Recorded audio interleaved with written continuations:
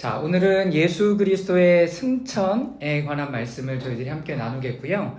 7장 21절부터 28절까지의 말씀입니다. 7장 21절에서 28절까지의 말씀을 우리 함께 나누도록 할 텐데요. 먼저 본문은 여러분들이 오늘 나눠드린 강의한 뒤쪽으로 가보면 먼저는 레위기 16장 말씀이 있고 그 다음에 히브리서 말씀이 있습니다. 히브리서 7장 21절에서 28절 그 말씀을 찾아서 우리 함께 보도록 하겠습니다. 네, 다 찾으셨죠? 자, 21절입니다. 저와 여러분들이 한 절씩 교독하며 읽도록 하겠습니다. 그러나 예수께서는 자기에게 말씀하신 분의 맹세로 제사장이 되신 것이 아닙니다. 주님께서 맹세하셨으니 주님은 마음을 바꾸지 않으실 것입니다. 너는 영원히 제사장이다 하였습니다. 이렇게 해서 예수께서는 더 좋은 언약을 보증하시는 분이 되셨습니다. 또한 레위 계통의 제사장들은 죽음 때문에 그 직무를 계속할 수 없어서 그 수가 많아졌습니다. 그러나 예수는 영원히 계시는 분이므로 제사장 집에 영원히 간직하십니다. 따라서 그는 자기를 통하여 하나님께 나오는 사람들을 완전하게 구원하실 수 있습니다. 그는 늘 살아계셔서 그들을 위하여 중재 간구를 하십니다. 예수께서는 이런 제사장으로 우리에게 적혀 계십니다. 그는 거룩하시고 순진하시고 순결하시고 죄인들과 구별되시고 하늘보다 높이 계신 분입니다. 그는 다른 제사장들처럼 날마다 먼저 자기 죄를 위하여 희생 제물을 드리고 그 다음에 백성을 위하여 희생 제물을 드릴 필요가 없습니다. 그는 자신을 바쳐서 단 한 번에 이 일을 이루셨기 때문입니다. 사람들에게 약점이 있어도 율법은 어쩔 수 없이 그를 대제사장으로 세우시나 율법이 생긴 이후에 하나님께서 맹세하신 말씀은 영원히 완전하게 되신 이들을 대제사장으로 세우시나. 아멘. 네, 오늘은 예수님의 승천에 관한 이야기를 여러분들과 또 함께 나누도록 하겠습니다. 누가복음 마지막에 예수님이 승천하시는 장면에 관한 부분들은 그냥 예수님이 승천하셨구나 이렇게 많이 말씀을 보고 끝납니다. 그러나 우리가 지금 하나님의 구원의 절기를, 구원의 여정을 계속 살아가는 데 있어서 예수 그리스도의 승천은 굉장히 중요한, 우리에게 구원에 있어서 굉장히 중요한 메시지가 됩니다. 그래서 오늘 이 메시지를 통해서 여러분들에게 귀한 은혜가, 또 여러분들이 새로워지는 은혜가 있기를 바랍니다. 자, 먼저 표를 한번 좀 보여주실까요? 이 표는 이제 구원의 절기, 우리가 하나님의 나라의 구원의 이제 절기를 살아가는 데 있어서 굉장히 중요한 내용이 됩니다. 왜냐하면 지금 대부분의 굵직굵직한 절기들 저희들이 다 지나왔어요. 그래서 이 절기들을 보면서 또 여러분들에게 우리가 지금 이렇게 살아가고 있구나 라고 하는 부분들을 알기를 원합니다. 이 부분들을 여러분들에게 나누는 이유는 무엇이냐면 우리가 예수 그리스도를 믿었다라고 얘기하는 것은 하나님의 자녀가 되는 거예요. 하나님의 자녀. 그러니까 그 정체성으로 살아가게 되는 거죠. 그런데 예수 그리스도를 믿음으로 말미암아 우리가 구원을 받잖아요. 그럼 예수 그리스도를 뭘 믿냐는 거예요. 예수님을 믿어요 라고 얘기했을 때 그 안에서 나를 위하여 십자가에 달려 돌아가실 뿐만 아니라 부활하시고 승천하시고 성령을 보내주셔서 우리와 함께 살기를 원하시는 그 하나님의 마음. 그럼 함께 살아서 뭐 하시겠다고? 하나님께서는 우리와 함께 살기를 원하세요. 그래서 하나님의 나라가 어디에 임한다라고 사복음서에 이야기하던가요? 하나님의 나라는 어디에 임한다요? 우리의 마음에 임한대요. 저기에 있다, 여기에 있다, 여기에 있다 해도 너희들은 휩쓸려 다니지 말래요. 하나님의 나라는 너희 안에 임하느니라 이렇게 말씀하세요. 너희 안에, 우리 안에 임하는 거예요. 그래서 우리 안에 하나님의 나라가 임하면 그 하나님과 동행하게 되고 하나님과 동행하면서 살아가는 그 삶 자체가 하나님께 영광이 되는 삶이라는 거예요. 여러분들이 헌금을 많이 하고 여러분들이 이렇게 교회를 짓고 선교를 많이 나가는 거, 그런 부분들은 우리가 하나님의 나라를 살아가는 데 있어서 그냥 보여지는 삶일 뿐이에요. 더 중요한 것은 우리 안에 살아계신 그 하나님과 함께 내가 인격적인 교제를 나눠야 돼요. 인격적인 교제. 목마를 때 주님을 찾아서 말씀 앞에 머물고 내 상황과 환경을 쫓아서 내 정체성이 정돈되는 게 아니라 그 상황과 환경은 언제든지 바뀔 수 있기 때문에 내가 하나님의 자녀다라는 것을 잊지 말라고 얘기하시는 거죠. 그래서 우리가 작년부터 계속 이렇게 하나님의 나라를 살아왔습니다. 그래서 첫 번째는 예수 그리스도를 통해서 하나님의 나라가 우리 가운데 임하기 시작하는데 누구로부터 그 일들이 시작이에요? 세례 요한으로부터 그 여정이 시작이 됩니다. 그래서 세례 요한은 뭐라고 얘기했습니까? 구약과 신약의 그 중간에 연결을 담당하는 구약의 마지막 선지자가 되는 거예요. 구약의 마지막 선지자가 뭐라고 얘기해요? 회개하라, 하나님의 나라가 가까이 왔다. 우리는 이 메시지를 듣고 하나님의 나라를 출발하는 거예요. 여러분 맞습니까? 그래서 하나님의 말씀을 거기서부터 나누고 한 해를 시작해요. 거기서부터 한 해를 우리가 하나님의 나라를 살아가는구나. 여러분 이 개념들을 알고 있어야 되죠. 그런데 이렇게 하나님의 나라를 살아가는 데 있어서 가장 중요한 것은 예수님이 이 땅 가운데 태어나셔야 돼요. 그게 뭐예요? 성육신이에요. 하나님의 아들, 그 신이신 하나님이신 그분이 육신의 모습을 입고 이 땅 가운데 누구를 통해서? 마리아를 통해서 이 땅 가운데 오세요. 여러분 이것이 성육신이에요. 그래야 그분이 인간의 어떤 모습들을 알고 우리의 죄를 대신해서 십자가에 달려 돌아가실 수 있는 거예요. 여러분 그렇지 않으면 하나님이 이렇게 해주셨대라는 부분들을 우리가 받아들일 수 없을지도 몰라요. 더 많이. 근데 예수님은 이 땅에 오셔서 인간의 모든 삶을 우리가 알기로 33년 동안 살아가셨어요. 마지막 3년은 공생애를 살아가셨죠. 공생애를 살아가셨다는 것은 그 하나님의 아들로 이 땅을 살아가셨다라는 거예요. 그래서 그 3년의 시간이 굉장히 중요하게 다가오죠.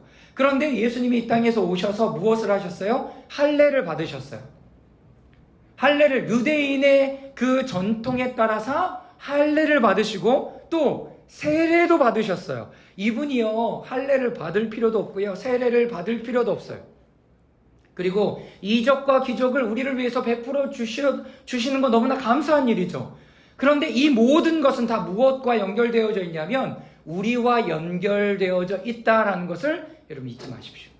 예수님이 이 땅에 오시고 할례를 받으심으로 말미암아 우리의 굳은 마음 그리고 그 마음에 할례를 받아서 하나님의 마음을 온전히 받아들일 수 있는 마음이 되기를 원하는 거죠. 그러면서 예수님이 세례를 받으시면서 공식적으로 그분이 어떻게 돼요? 주현절 드러나기 시작해요. 이분이 하나님의 아들이시다. 그래서 누가복음, 요한복음에 어떻게 표현되고 있습니까? 이는 내 사랑하는 누구다? 아들이다 라고 얘기하면서 하늘에서 뭐가 내려요? 성령이 비둘기같이 우리 가운데 임해요. 성부 하나님의 메시지, 성령 하나님의 비둘기처럼 임하심, 그리고 성자 예수님이 물 위에서 올라오심, 이 삼위일체가 함께 그 일들을 감당하면서 보내세요. 그죠? 그러면서 이제 사순절이 시작되면서 어떤 일이 일어나죠? 예수님이 우리를 위해서 40일간 광야에서 사단에게 시험을 받으세요. 그죠? 그런데 우리 가운데 있어서 이 예수님의 40일의 시험은 굉장히 중요한 의미를 담습니다. 어떻게 그렇죠? 아담이 사단에게 받았던 그 시험을 모두 다 예수님은 하나님의 말씀으로 대적하고 물리치시고 이겨내세요. 중요한 포인트 뭐였어요? 정체성. 내가 누구냐? 내가 하나님 앞에서 누구냐? 죄인이 아니라 하나님의 아들로 서 있는 거예요. 사랑하는 여러분, 오늘의 굉장히 중요한 포인트 중에 하나는 여러분들이 하나님의 아들이라는 거예요. 여러분들이 하나님의 딸이라는 거예요. 여러분들이 하나님의 자녀라는 거예요. 여러분 믿으십니까? 아멘이십니까? 여러분 이제는 그러면 죄인의 정체성을 가지고 살아가지 마십시오. 가난의 정체성 갖고 살아가지 마십시오. 병듦의 모습을 가지고 살아가지 마십시오.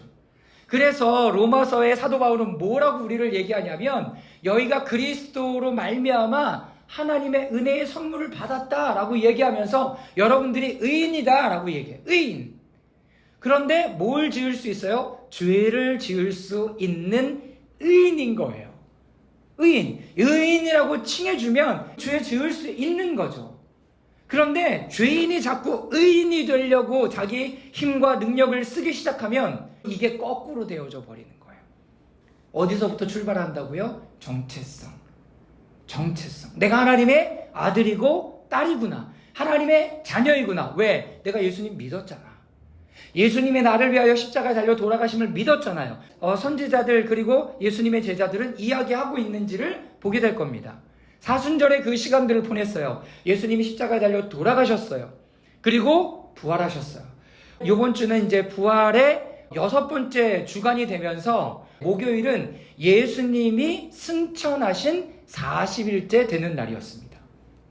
우리가 지금 기쁨의 50일 캠페인을 하고 있잖아요. 그러면서 어제가 바로 예수님이 승천하신 그날이었던 거예요. 그러면 우리가 승천의 의미가 무엇인지를 잘 알 필요가 있죠. 부활절, 이제 40일이 지나서 예수님이 승천하셨어요. 여러분, 그럼 예수님이 40일 동안 뭐 했을까요? 그 얘기도 오늘 함께 나눌 거예요. 그러면서 승천하시고 며칠 만에 성령이 부어지죠. 40일째 되는 날에 승천했으니까 열흘 만에 오순절 때 성령으로 우리 가운데 기름 부어주시고 또 여기서 어떻게 해요? 우리의 내면 가운데 자리 잡으세요. 여러분, 하나님은 우리의 안에 거하시는 거예요. 우리 안에. 성령이 우리 안에 거하죠. 예수님도 마찬가지고 하나님의 나라가 너희 안에 임했다라고 얘기해요. 그리고 출애굽기 말씀을 보면 출애굽기에 이스라엘 백성들이 하나님 앞에 나아가고 또 범죄하고 그런 모습들 때문에 우리 안에 뭘 두기를 원해요? 장막을 두기 원해요. 내가 너희 안에 함께 거하기를 원한다 라고 얘기하면서 장막을 만들어라 라고 이렇게 말씀하세요. 여러분, 하나님의 마음이 뭔 것 같아요? 우리와 함께 하고 싶은 거예요. 모든 일을 하나님과 함께 하기를 원하는 것, 이게 하나님의 마음이에요. 이게 하나님의 자녀라고요. 그러면서 오순절에 성령의 강림이 임하면 그때부터는 제자들이요, 어떻게 성령 강림 이전과 이후로 너무나 명확하게 갈려져 버려요. 너무나 명확하게 갈려요. 어떻게 해요? 두렵고 떨려서 예수님을 자신의 스승이라고 고백하지 못했던 베드로가 오순절의 성령 강림 이후에는 많은 사람 앞에서 예수 그리스도와 하나님의 나라와 그의 부활과 이 십자가를 전하면서 3,000명 앞에서 복음을 전하고, 그리고 자기도 어디로? 로마에 가서 십자가에 못 박혀. 근데 거꾸로 십자가에 못 박혀 죽을 정도로 그렇게 담대한 하나님의 사람이 되었다라는 거예요. 여러분, 성령의 역사가 이런 거예요. 능력만 나타나고 내 인격의 변화가 없는 게 아니라 내 안에 성령님이 임하기 시작하면 그들이 깨달았던 건 뭐냐면, 이제는 내가 내 힘으로 살아가는 것이 아니라 성령의 능력으로 살아간다라는 것을 알았다는 거예요. 여러분, 하나님의 나라는 뭐라고 여러분들에게 가르쳤습니까? 하나님의 통치와 다스림. 그러니까 다시 말하면 하나님의 나라는요, 하나님의 나라가 여기 임했다라고 얘기하는 것은 하나님의 통치와 다스림이 그것 가운데 임했다라고 이야기를 하는 거예요. 여러분, 이스라엘의 역사 가운데 하나님의 나라가 임했다라고 얘기할 수 있는 왕은 어떤 왕일 때 그 일들이 이루어졌어요? 완전 태평성대였죠. 다윗 때 그랬어요. 다윗 때 하나님께서 그를 통하여서 하나님의 통치와 다스림이 임하게 하니까 그 나라가 가장 왕성한 나라가 되잖아요. 가장 왕성한 나라. 그런데 그 다음에 솔로몬 때 성전 지을 때까지는 좋았어요. 하나님 앞에 그렇게 기도할 때 좋았어요. 내가 너에게 뭐 줄까? 그랬더니 하나님, 나에게 지혜를 주십시오. 이 백성들을 잘 통치하고 다스릴 지혜를 주십시오 라고 얘기했는데, 그 지혜를 받았음에도 불구하고 그 원리대로 살지 않으니까 없어지는 일들이 일어나게 되는 거죠. 여러분, 하나님의 통치와 다스림이라고 하는 것은 하나님의 방법, 하나님의 원리, 하나님께서 말씀하신 그 성품과 마음으로 여러분 이 땅을 경영해 나가는 거예요. 그러니까요, 여러분들도 지금 뭘 할 수 있는 거예요? 여러분, 그 통치와 다스림으로 여러분들 있는 곳곳을 다스릴 수 있는 거예요. 할렐루야. 여러분, 우리가 그거 배워야 되는 거예요. 예수님의 길이 뭐라고 여러분들에게 말씀 나눴습니까? 예수님의 길, 예수님이 보여주신 그 길이 뭐예요? 겸손, 순종, 죽음, 낮아짐, 올바른 진리를 선포하는 것. 여러분, 이것이 예수님의 길이셨어요. 근데 예수님은 또 어떤 길이 돼요? 하나님께로 우리를 인도하는 그 길이 된다는 거예요. 예수님이 가신 길은 다 우리를 위한 길이에요. 그러니까 그분의 길을 잘 알아야 돼요. 오순절의 성령의 강림, 그리고 선교의 절기. 그래서 바울과 바나바, 이런 사람들이 하나님 앞에 계속 복음을 전하는 것, 그리고 하늘과 동반자적 관계를 가져요. 하나님과 하나님 나라와 함께 그 영적 여정을 걸어가요. 올해 저희는 선교의 절기, 그러면서 하나님과 동반자적 관계를 가지면서 여러분들의 5가지 영역, 시간, 관계, 재정, 그리고 건강, 한 가지 생각이 안 나네. 네, 여러분, 이런 부분들을 오순절의 성령 강림 이후에 한 2-3주 나누고 구체적인 부분들을 여러분들과 함께 나누기를 원합니다. 실질적으로 갈 수 있도록. 그리고 제가 계속 준비하고 기도하고 있는 재정 세미나를 여러분들과 하기를 원해요. 그래서 하나님 앞에 실질적으로 살아가는, 내가 돈을 어떻게 쓸 것인가, 내가 시간을 어떻게 쓸 것인가, 내가 관계를 어떻게 맺어갈 것인가, 그리고 내 안에 있는 건강을 어떻게 해 나갈 것인가, 이런 부분들을 실제로 하면서 하나님의 나라가 우리 가운데 임할 뿐만 아니라 우리를 통해서 이것이 선포되고 나타날 수 있도록 하나님의 나라, 이 구원의 절기의 패러다임이 이렇게 움직여가고 있습니다. 우리는 지금 승천절을 맞이하고 있습니다. 그리고 열흘 뒤에 성령의 강림을 경험할 거고요. 그 일들을 통해서 실질적으로 어떻게 성령님과 동행하는지를 함께 배우며 나아가기를 원합니다.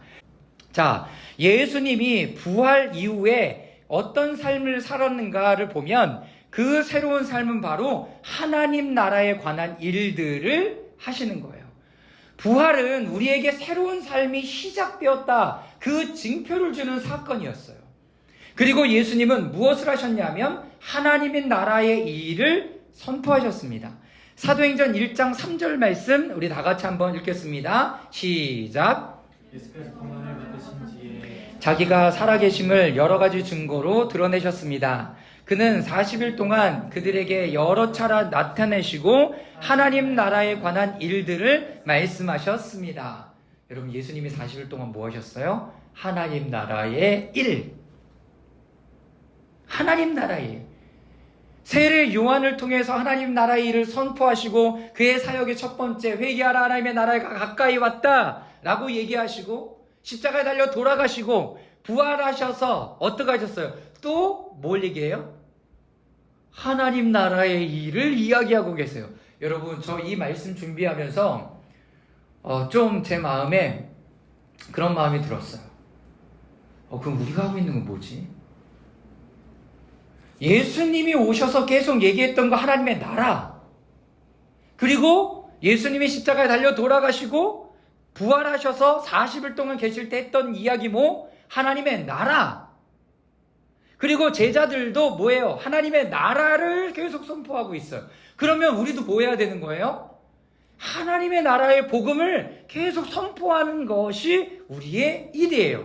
그런데 우리의 삶으로는 어떻게? 하나님의 삶의 방식, 하나님의 통치와 다스림, 그것 가운데 임하게 하는 것은 여러분들이 그 삶을 살아갈 때 일어나는 일들이라는 거예요. 할렐루야.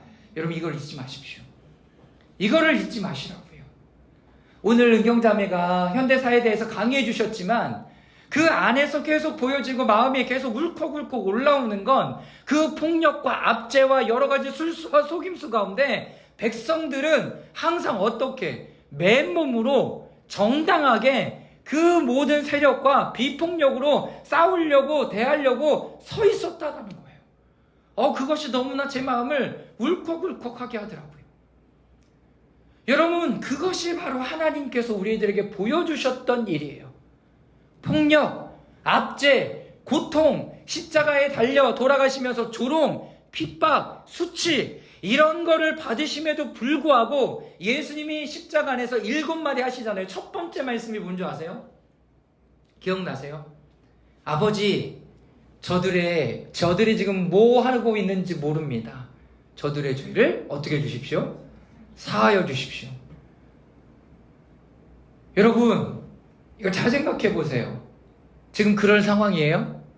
아니에요. 근데 예수님 이 사람들을 살리려고 지금 십자가에 못 박혀 돌아가시려고 못 박혀 죽고 계세요. 사람들이 다 눈에 보여요. 나를 못 박았던 사람, 나에게 이렇게 그 채찍을 가했던 사람, 그리고 가시면을관을 쓰였던 사람, 내 옷을 다 찢어 가졌던 나눠 가졌던 사람들 다 보여.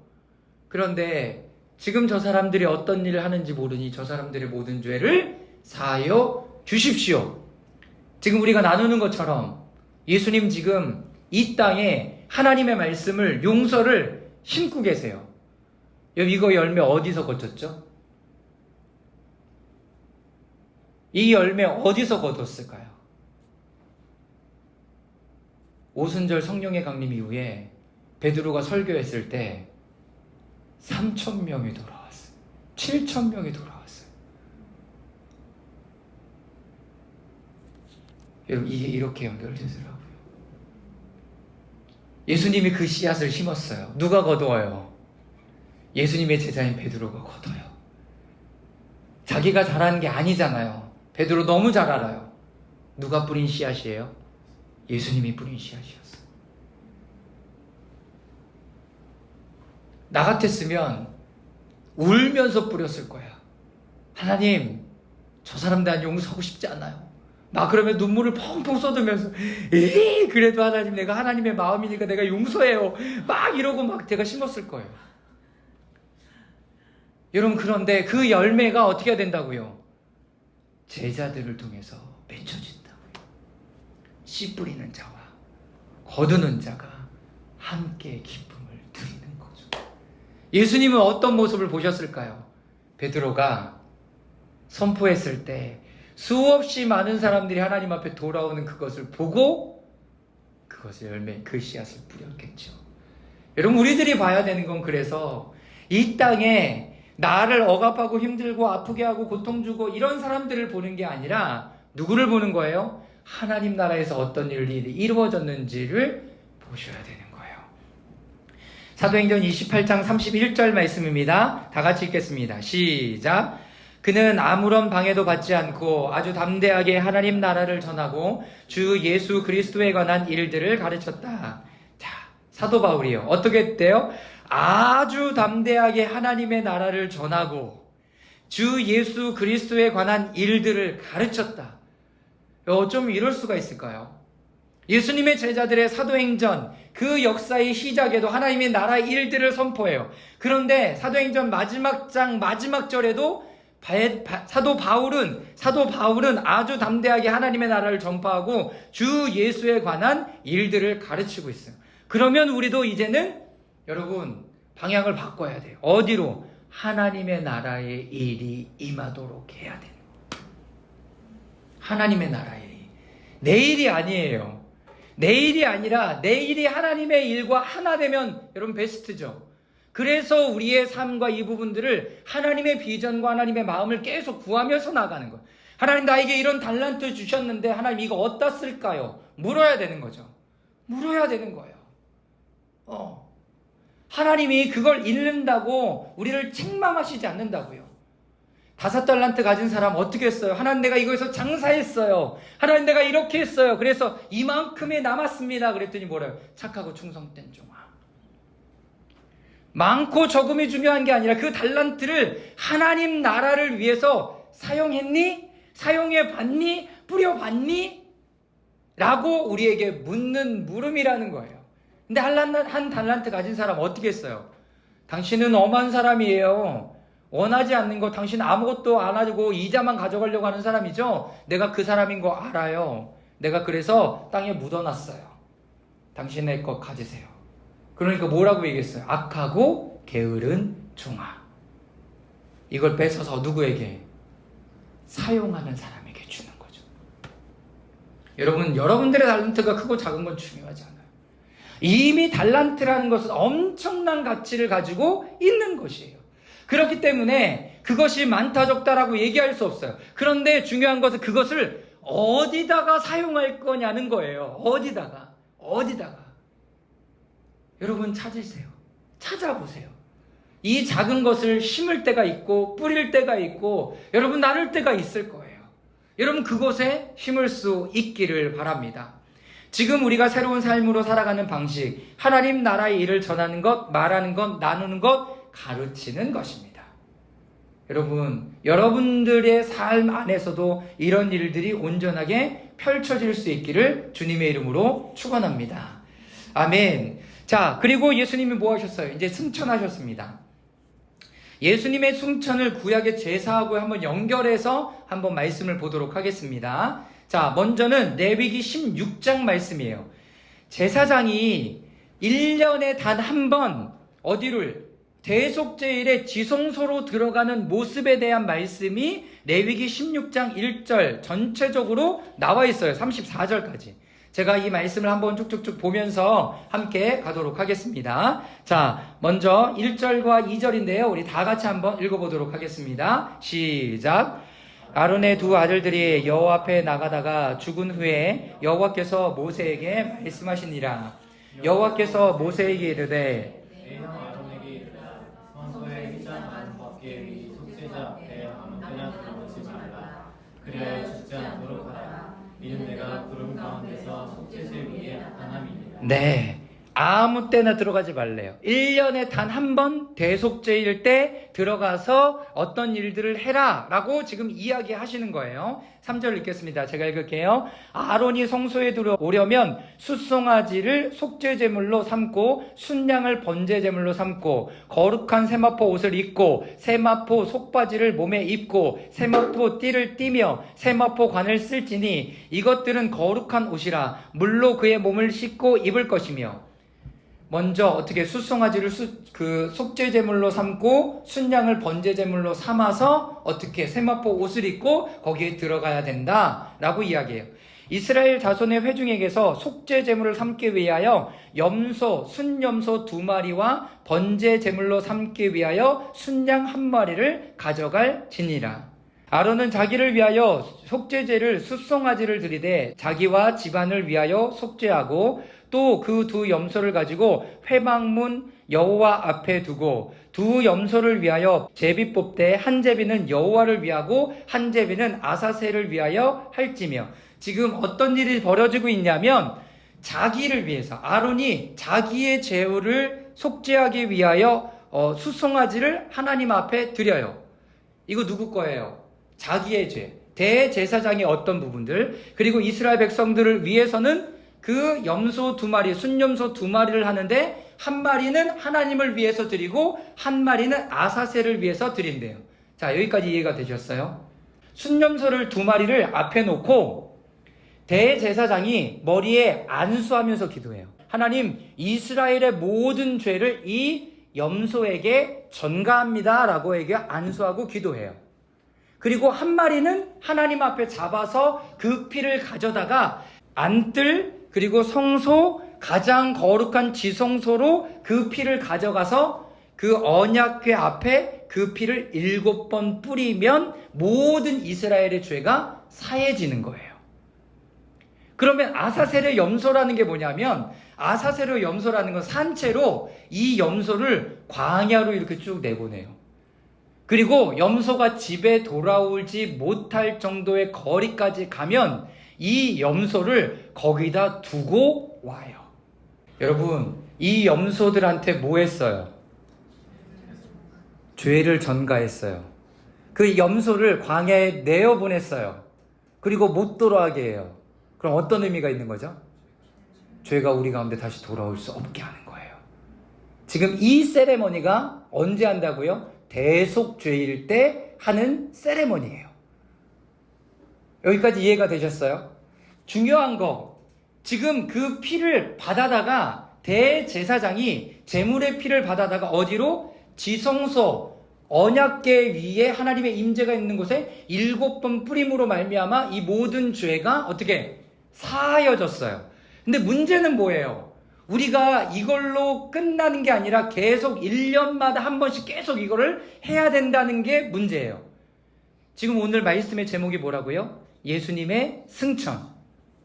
예수님이 요거랑 똑같이 히브리서는 뭐라고 얘기하냐면 예수님이 제물도 되고 대제사장도 돼서 하늘에 있는 가장 거룩한 지성소로 예수님의 피를 자기가 받아다가 대제사장으로 가서 하늘의 보좌에 이것을 뿌려야 뭐가 되는 거예요? 우리의 죄가 완전히 사해지고 속량되고 이제는 더 이상 하나님 앞에 이런 제사를 드릴 필요가 없다라는 것을 보여주시는 시간이라는 거예요. 여러분 이해되셨어요? 지금 이거 얘기하려고 지금 이제까지 달려온 거예요.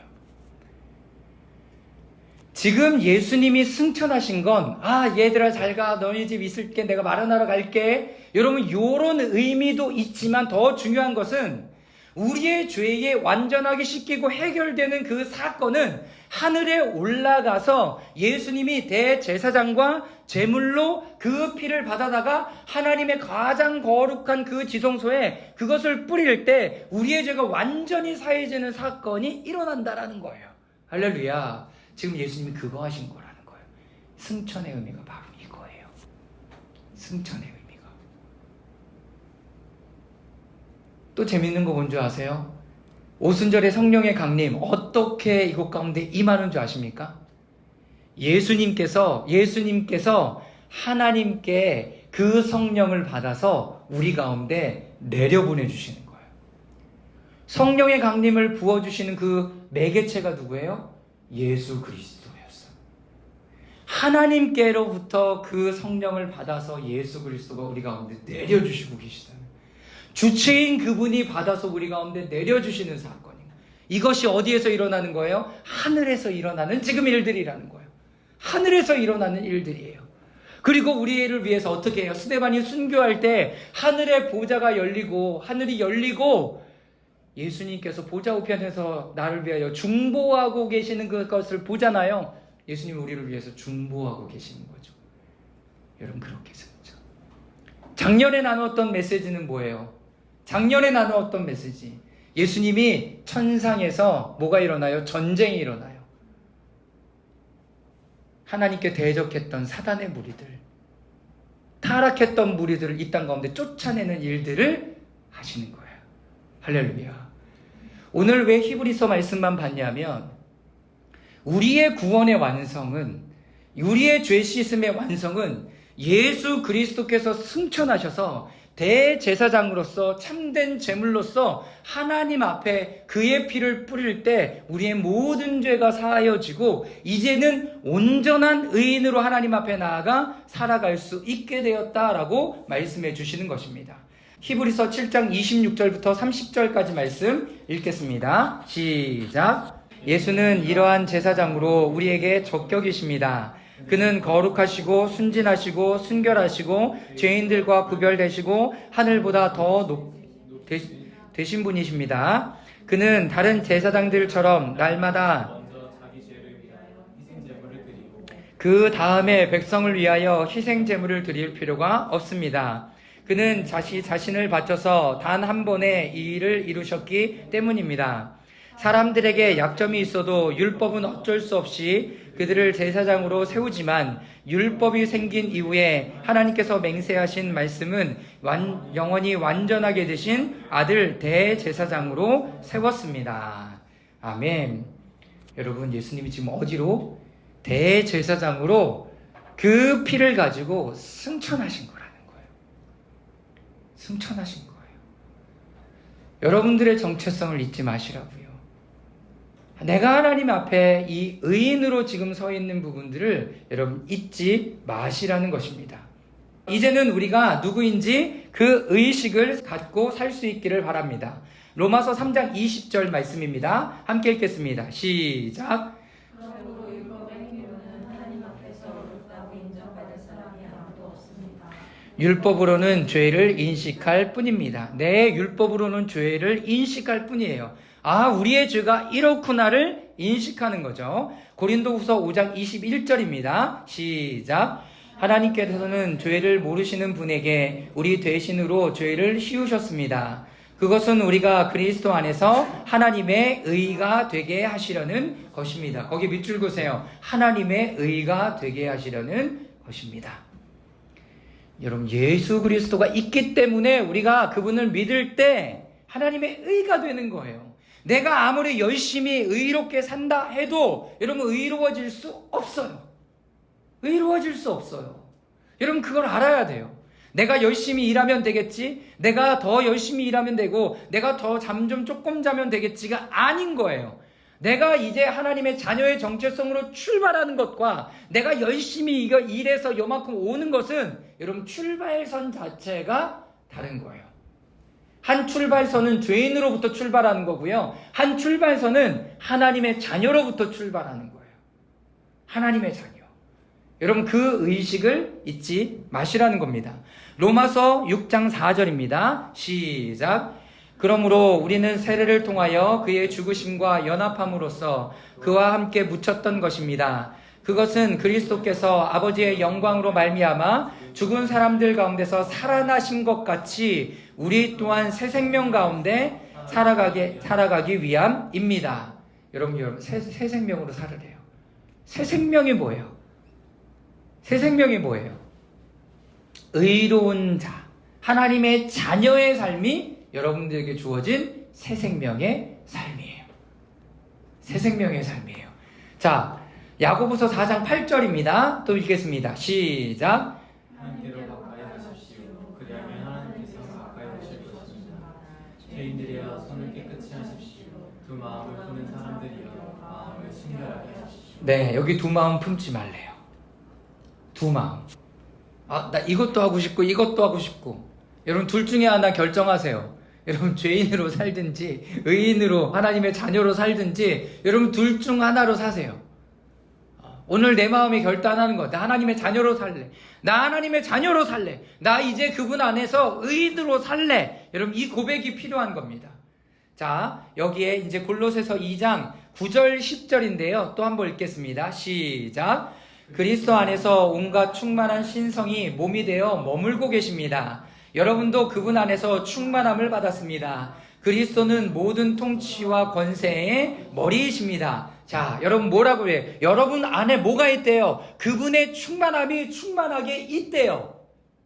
그분은 충만하시니까요. 부족하지 않아요. 그런데 왜 이게 잘 안 나타나죠? 그거를 여러분들이 써야 돼요. 더 많이 쓰면 쓸수록 여러분 그것은 더 확장되고 더 늘어나고 더 많이 부어지는 거예요. 더 많이 부어지는 거예요. 여러분 사용할 수 있기를 바랍니다. 오늘 여러분 해보세요. 나 하나님의 자녀야. 그 정체성을 가지고 집에 갈 때 사용할 수 있는 거 뭐죠? 여러분 그걸 생각해 보세요. 집에 갈 때 오늘 지하철 타고 가야 돼. 하나님 나 하나님 자녀인데 하나님 나에게 자리 하나 만들어 주시면 안 될까요? 영국에서 오신 선교사님 항상 그래요. 같이 차 모시고 가면 선교사님 빈자리 있는데 여기 될까요? 아니야 가까이 가 있을 거야. 너무 당당해. 더 신기한 거 뭔지 알아요? 항상 빈자리가 있어. 한 번도 예외가 없어. 나는 빈자리 보면 선교사님 여기다 놓고 들어갈까요? 그런데 아니야 대금 목사 아니야 했잖아. 가봐 있다니까. 너무 당당해. 너무 당당해. 여러분 그거는 본인이 사용하면 사용할수록 확장되는 거예요. 확장되는 거예요. 그러니까 다른 사람들에게 우리가 지금 편지, 엽서 나눠줄 수 있죠. 여러분 그런 데에만 여러분들이 좋아 그러지 말고요. 여러분들 안에 그것이 실제하도록 사용해보라는 거예요. 나눠주는 거 마음에 거절감도 받고 또 받으면 좋고 또 감사해요 그러면 더 좋고 여러분 그런 마음도 좋은데 여러분 안에 그 일들이 일어나는 것이 경험됐으면 좋겠다는 거죠. 경험됐어. 하나님 나 하나님의 자녀라며요. 하나님 나 이거 하나님 만져주세요. 하나님 고쳐주세요. 새롭게 해주세요. 열려주세요. 여러분 그렇게 하나님 앞에 기도하는 거죠. 우리가 그것이 어떤 거예요? 너희가 원하던 대로 구하라. 그러면 어떻게 할 것이다? 이루어질 것이다 라고 얘기하는 것은 그 자녀의 정체성 가운데 하나님 나라 안에 내가 그리스도 안에 있을 때 그러면 내가 양심적으로 보겠죠. 뭘 봐요? 내가 이걸 구해도 되는 건가? 이게 내 욕심인가? 야고보서에 있죠. 하나님이 내가 기도해도 응답하지 않는 것은 어떤 거다? 네, 내가 정욕으로 쓰려고 구하는 거기 때문에 하나님 안 주시는 거라고요. 그러나 하나님 나라의 일을 위해서, 하나님의 어떠함을 위해서 하나님 내가 이거 붓습니다 라고 얘기하는데 하나님 옳았구나 부어주시는 거죠. 부어주시는 거죠. 하나님이 그렇게 일하시는 거예요. 그렇게 일하시는 거예요. 내가 막 이 어떤 부분을 이루어내고 만들어내고 그렇게 하려는 것이 아니라 우리에게는 예수 그리스도가 계시다고요. 하나님으로부터 나서 그리스도 안에 있다고요. 우리는 그분이 우리를 위하여 승천하셔서 우리의 죄의 모든 부분들을 이제 완전히 사하시고 우리를 위하여 중보하시고 하늘의 천상에 그 모든 악한 세력들을 땅으로 쫓아내시고 그리고 우리를 위하여 계속 중보하시고 성령을 받아서 우리에게 내려주시는 분이 바로 예수 그리스도 그분이시라는 거예요. 사랑하는 여러분, 그분을 온전히 우리의 아버지로 받아들일 수 있기를 바랍니다.